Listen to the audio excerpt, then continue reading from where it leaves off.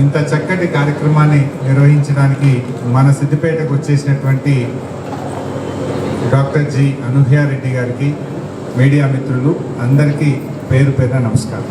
కోవిడా foundation తరఫున నాకు మాట్లాడరాదంటూనే చక్కగా మాట్లాడినటువంటి అనూహ్యారెడ్డి గారికి మీ అందరి పక్షాన కృతజ్ఞతలు కూడా తెలియజేస్తాను. అనూహ్యారెడ్డి లాంటి వారు ఆ సంపద కాదు, నిజమైన సంపద ఏంటంటే ఆ సంపద ఇలాంటి కష్టకాలంలో 10 మంది పేదలకు ఉపయోగపడితేనే అది గొప్ప సంపద. ఆ ప్రజలిచ్చే ఆశీర్వాదం, ఆ ప్రజల దీవెనలు, ప్రజల్లో ఉండే ఒక మంచి పేరే ఒక తరగని సంపద. ఆస్తి అనేది తరగని సంపద కాదు. నువ్వు బతికినంత కాలం 10 మందికి నువ్వు చేసేటువంటి సేవ, 10 మంది హృదయాల్లో నీకు గెలిచేటువంటి స్థానం, ఏదైతే 10 మంది హృదయాల్లో నువ్వు ఒక స్థానాన్ని పొందుతావో అది తరగని సంపద. ఇవాళ అనూహ్యారెడ్డి గారు ఇంత మంచి కార్యక్రమం వారు చేయడం అనేది నిజంగా చాలా అభినందనీయం.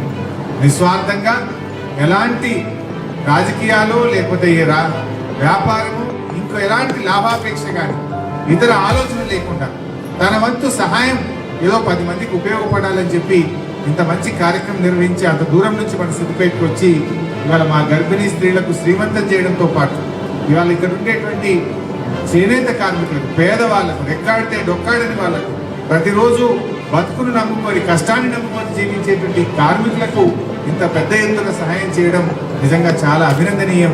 వారు ఇంకా బాగా చిరంజీవిగా వారిని నేను ఆశీర్వదిస్తూ వారు ఇంకా ఎదగాలని, వారికి ఆ భగవంతుడు ఇంకా సంపదని కలిగించాలి, ఇంకా 10 మందికి సేవ చేసేటువంటి అదృష్టాన్ని వారికి కలిగించాలని చెప్పి నేను ప్రార్థిస్తూ అందరికీ నమస్కారం.